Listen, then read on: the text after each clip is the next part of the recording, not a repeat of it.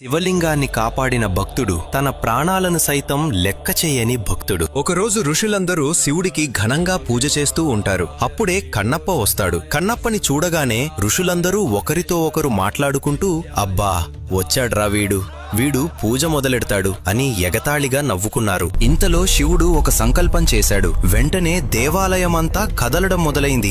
భూకంపం వచ్చినట్టు పెద్ద పెద్ద బండలు పైనుంచి కింద పడుతున్నాయి. అందరూ భయపడుతూ బయటికి పారిపోయారు. కాని ఒక్క కన్నప్ప మాత్రమే ఆగిపోయాడు. కన్నప్ప ఒక్కడే ఏం చేశాడంటే శివలింగం వంక చూశాడు. ఏదైనా బండ పడితే ఎంత దెబ్బ తగులుతుంది నీ తలకి? ముందు నా నడుం మీద పడిపోవాలి. నేను పోయిన తర్వాత నీ తల మీద పడిపోయినా నాకు అభ్యంతరం లేదు. నేను ఉండగా నేను చూడలేను. నేను ఉన్నంత వరకు నిన్ను ఏమీ తాకనివ్వను శివ.